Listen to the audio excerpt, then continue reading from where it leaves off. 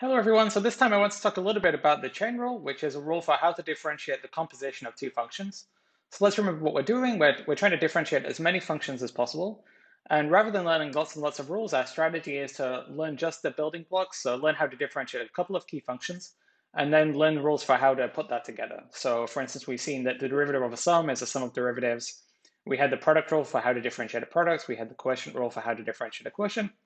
And now we're going to have the chain rule for how to differentiate a composition of two functions.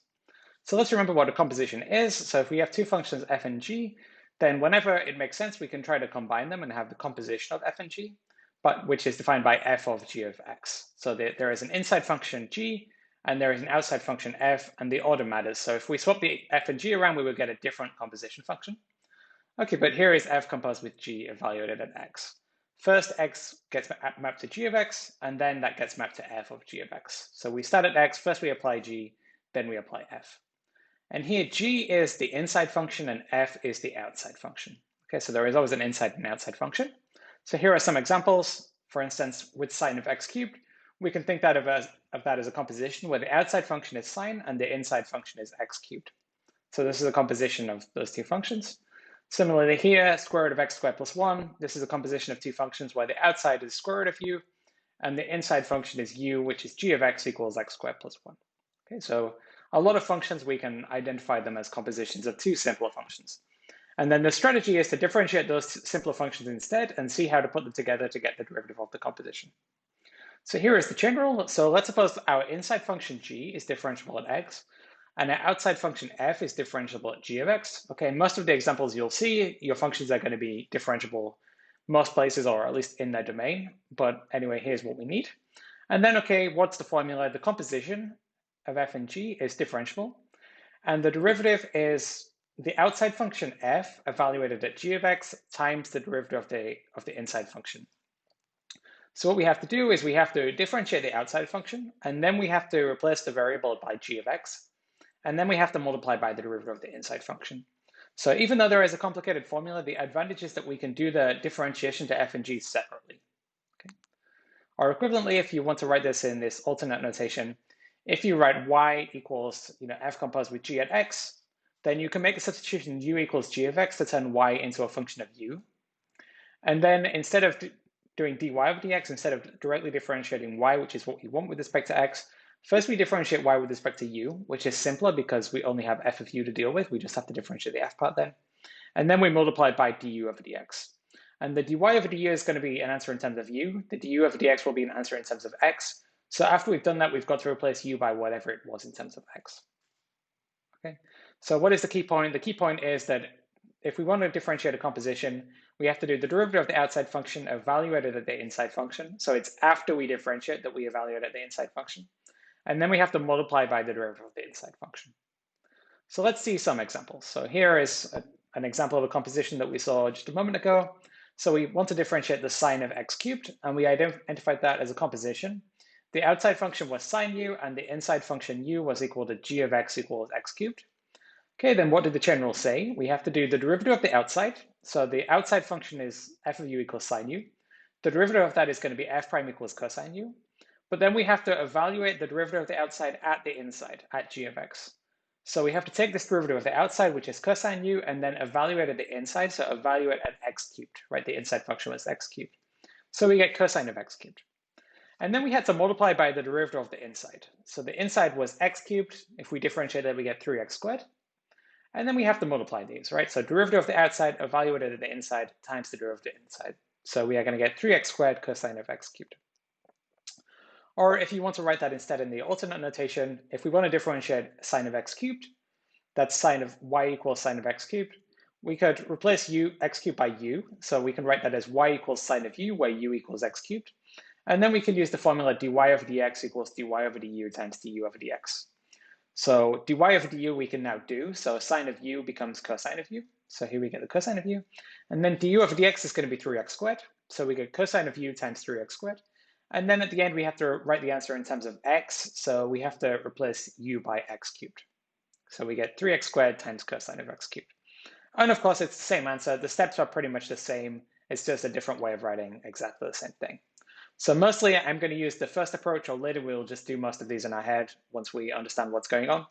But you can use either approach. So if you like the second one more, then by all means go for that. Okay, here's another example that we saw. So the square root of x squared plus 1. The outside function is the square root of u. The inside function is x squared plus 1. So we have to do derivative of the outside evaluated to the inside. So here the outside function square root of u is u to the 1/2. The derivative is going to be a half u to the minus a half using the power rule. And then we evaluated the inside. So we have to replace u by g of x equals x squared plus 1. So here is the derivative of the outside evaluated the inside. Then we have to multiply by the derivative of the inside. So the inside is x squared plus 1. The derivative of the inside is 2x. And then we have to multiply these two things. Okay, so we get the halves and the 2 are going to cancel. We get x times x squared plus 1 to the minus a half. So here's our answer. And eventually we'll be able to do some of these without writing out all the steps. For instance here, y equals 1 plus x to the 5, all to the power 100. Okay, we see the outside function is u to the 100. The inside function is 1 plus x to the 5. So we are trying to do the derivative of the outside evaluated the inside, multiplied by the derivative of the inside. Okay. So what do we have? So the outside function was u to the 100. If we differentiate that, we get 100 u to the 99. But then we have to evaluate at 1 plus x to the 5, the inside function. So we get 100 u to the 99, which becomes 100 times 1 plus x to the 5 to the 99. And then we have to multiply by the derivative of the inside. The inside is 1 plus x to the 5.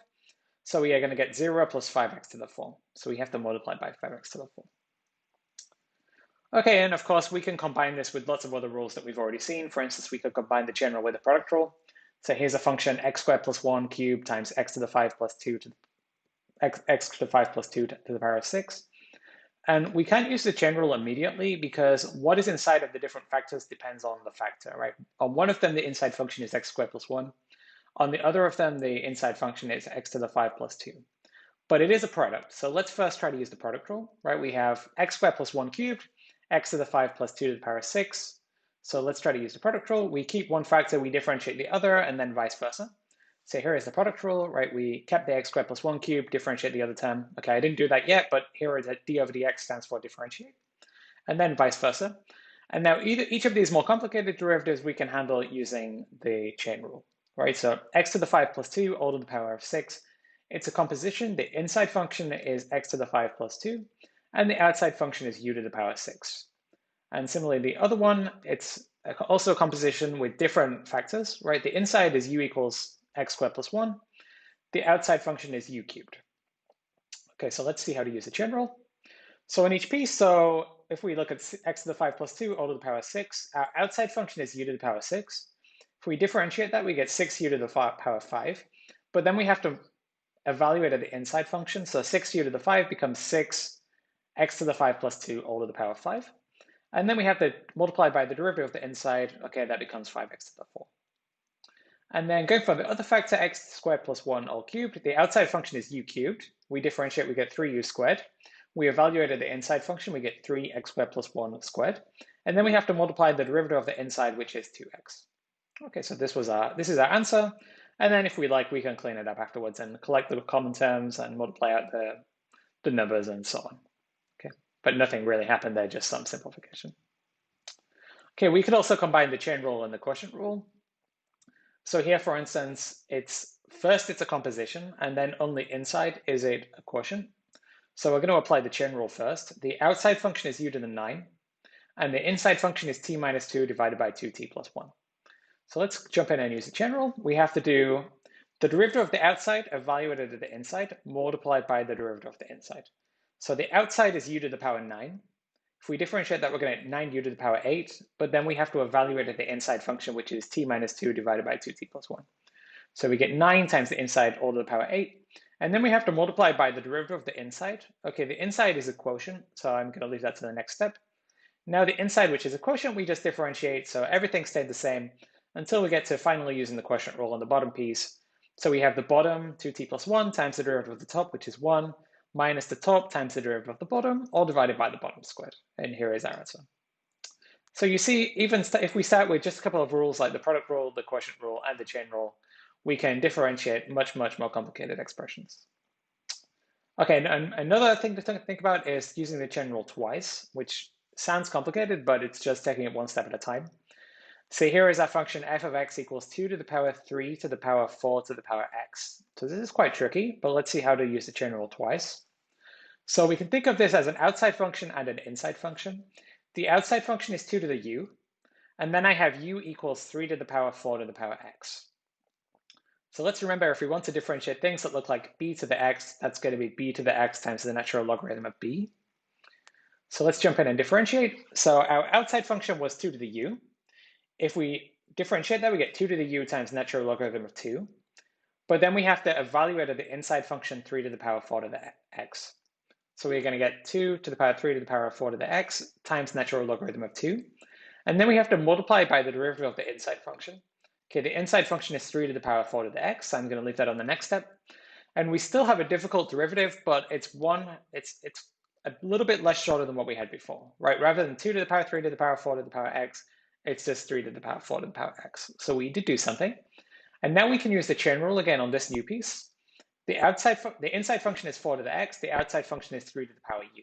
And then I have to multiply it by whatever we had before. Okay, so 3 to the u, if we differentiate that, we get 3 to the u ln 3. But we are supposed to evaluate the inside function, which was 4 to the x. So 3 to the u ln 3 becomes 3 to the inside function 4 to the x, so 3 to the 4 to the x times natural logarithm of 3. And then we have to multiply by the derivative of the inside, which is 4 to the x. Okay, but that's one we have. The derivative of 4 to the x is just 4 to the x times natural logarithm of 4.